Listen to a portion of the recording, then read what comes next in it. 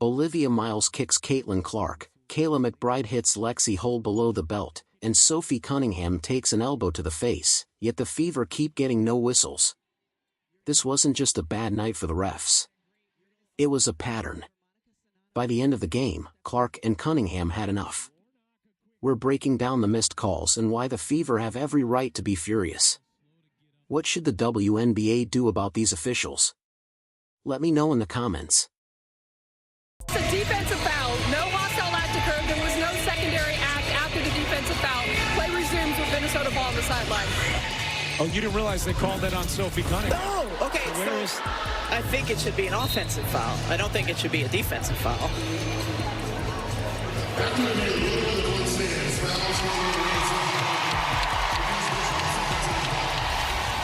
And here's the thing.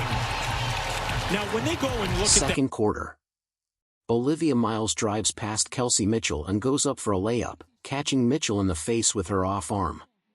Then, while airborne, Miles kicks out and catches Caitlin Clark in the shin, sending her to the floor with no safe way to land. Clark stays down for a few seconds, and that's what makes this play so concerning. It wasn't just the contact, but the dangerous landing that followed. Here's Miles dipping around. Mitchell lays it up and in. This is the first time we've seen you and Caitlin Clark go at each other, and I know it's not just about you, but what is this like for you as a competitor? It's so fun playing with great guards. Kelsey Mitchell's really the one that's killing us right now. I'm just kind of in awe watching her. Like, this is low-key my welcome to the W moment, just trying to guard her. Clark's full weight came down awkwardly after the kick, and one bad landing could have forced her out of the game. The refs had a clear view of both the arm to Mitchell's face and the kick to Clark's shin, yet neither drew a whistle. 2 offensive fouls on one play, and officials called nothing. Meanwhile, Fever defenders were getting whistles for much lighter contact, making the standard look completely inconsistent. Then came Lexi Hull. Kayla McBride made contact with Hull in a sensitive area, sending her to the floor. Yet again, there was no whistle, stoppage, or review. Hull was clearly hurt, and the play simply seemed to get ignored. The contrast in how contact was called only made the Fever's frustration worse. All right, this game was the most rigged game ever. Look at this. It came down to a travel. She took 3 steps before dribbling, and the game came down to a travel called an Aaliyah Boston. But let's get started. They called this a foul right then on the shot on Caitlin Clark. And then when they replay it, Caitlin Clark does not come near her body. She blocked that shot. Should have been a shot block. Look at this. And we had a close game at the end of the third. That's all ball. That's all ball. And then look at this one. We had to use a challenge on. If I was a referee, I would sue my eye doctor because they didn't get that prescription right. Here's what makes this worse. Clark could have been seriously hurt on a play the refs clearly saw, while Hull took another painful hit with no whistle, review, or accountability. One missed call can happen, but back-to-back plays against the same team raise bigger questions. The whistle seemed to disappear when Fever players were getting hit, yet appeared quickly when Indiana made contact. And this was only the beginning. Sophie Cunningham and Aaliyah Boston were about to get involved, taking this from a bad officiating night to something much harder to explain. Take a look at the elbow that happened here after the defensive foul was called on Cunningham. Yeah, right there.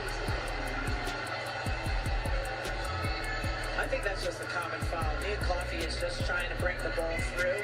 Sophie Cunningham's face is right there. I think it's a natural basketball motion. I 100% think that's a natural basketball motion. Anyone who's ever done a pivot drill knows that. So I think it should stay just a common foul. Second quarter, 7:04 on the clock. Sophie Cunningham is guarding Nia Coffey when Coffey catches her in the face with an elbow, sending Cunningham to the floor. The officials stop play and review the contact for a possible flagrant or hostile act. After reviewing multiple angles, they come back with a foul on Cunningham, the player who took the hit. The explanation was that Cunningham fouled Coffey just before the elbow, but the replay clearly shows the elbow making contact with her face. The Fever bench immediately reacts, confused by how the foul went against the player who was hit. Anything the neck and face, look at her, she got whacked good. Aaliyah Boston's night followed the same pattern. She picked up fouls on plays where she appeared to make minimal contact, even keeping her arms straight up and maintaining verticality. One foul came while simply boxing out for a rebound, and another was called on a clean contest. By the time she picked up her fifth foul, Boston spent much of the fourth quarter on the bench, exactly where Minnesota wanted Indiana's key interior defender during winning time. For Sophie Cunningham, the only one that came out to speak was she's getting rocked in the jaw. Then Caitlin Clark, another ghost foul. Like, they don't let her play defense. And then they claim that she can't play defense. But the officials are so inconsistent, they won't call this a foul. Kelsey Mitchell gets hit out of the air, and then the game came down to this? Where's the foul at? That's a shooting foul? And Olivia Miles, oh, she's such a bad person because she screams at the referee during games. What a horrible human being. That's what they say about Caitlin Clark. And then call this a foul on Aaliyah Boston. It's ridiculous. Stephanie White had to keep shortening Boston's minutes to keep her available for the stretch run, forcing the Fever to play smaller against the Lynx frontcourt controlling the glass. You could see the frustration growing on the Indiana bench, and Clark eventually made it clear during a timeout, pointing toward an official and speaking her mind. Put Cunningham's elbow incident next to Boston's 5 fouls, and it becomes harder to dismiss as bad luck.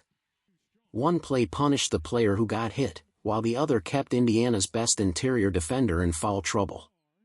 Yet the Fever kept scoring, fighting back, and staying within reach until the final minutes. They didn't fold under the whistle. They kept playing through it, and the box score shows just how hard they fought. So they caught Boston taking a step, but watch this. Watch. 1, 2, 3, then she dribbles. Wouldn't someone call that traveling? Start with Clark. She finished with 19 points and 10 assists while absorbing contact all night without getting the whistles. That's not a stat line padded by garbage time.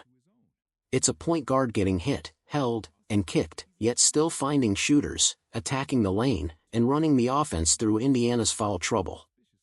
A 19-point, 10-assist night like that shows Clark refused to let the officials decide the outcome. Williams, another all-star season. Here's Billings running the floor and laying it in on the down-court feed from Clark. They enter this game allowing the fewest second-chance points in the league as Clark brings in her first 3 of the day. Kelsey Mitchell was the one who truly took over, scoring 37 points when Indiana needed every one of them. With Boston limited by foul trouble and Cunningham dealing with the aftermath of the contact to her face, Mitchell became the team's main offensive outlet. She responded by scoring in bunches, hitting shots from all over the court, and keeping Indiana's offense from completely falling apart. Off to her, 8 to shoot, into Boston.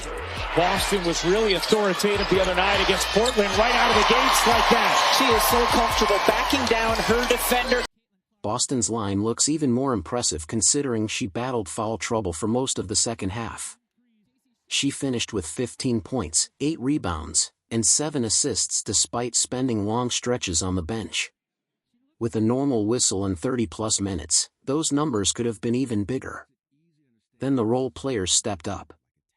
Lexi Hull responded after taking a hard hit by making shots and playing with extra intensity, while Michaela Timpson brought energy off the bench, diving for loose balls, running the floor, and giving Stephanie White a reliable spark in a tight game.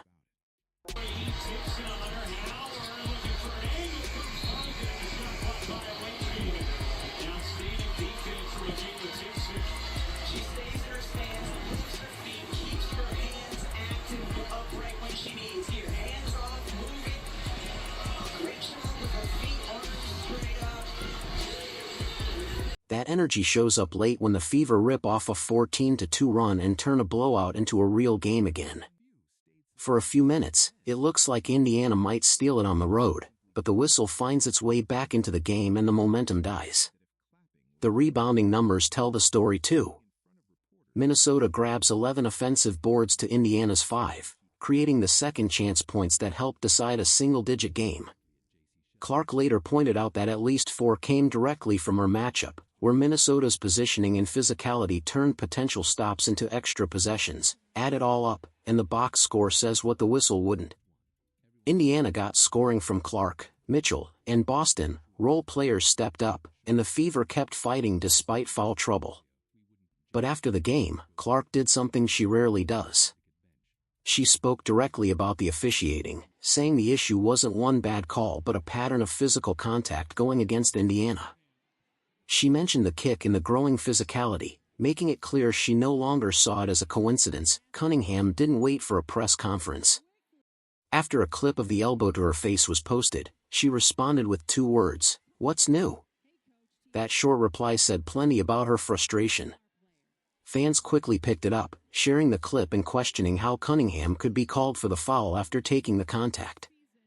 The reaction showed that the frustration wasn't limited to one player or one fan base. Stephanie White also faced questions afterward, while Minnesota coach Cheryl Reeves spoke confidently about her team's performance. Meanwhile, fans continued questioning Indiana's late-game decisions, Boston's foul trouble, and the lack of size against Minnesota's offensive rebounding. Clark spoke up, Cunningham made her feelings clear, and the Fever's frustration was impossible to ignore. Whatever happens next, one thing is obvious. The players noticed the pattern, and now the fans have noticed it too. Indiana didn't simply lose this game. They fought through foul trouble, physical contact, and a difficult whistle while staying within reach until the final minutes. If the Fever return healthier and stay out of foul trouble, this is a team that can be much harder to stop. What should the WNBA do about these officiating issues? Let me know in the comments. And don't forget to like, subscribe, and turn on notifications for more WNBA coverage.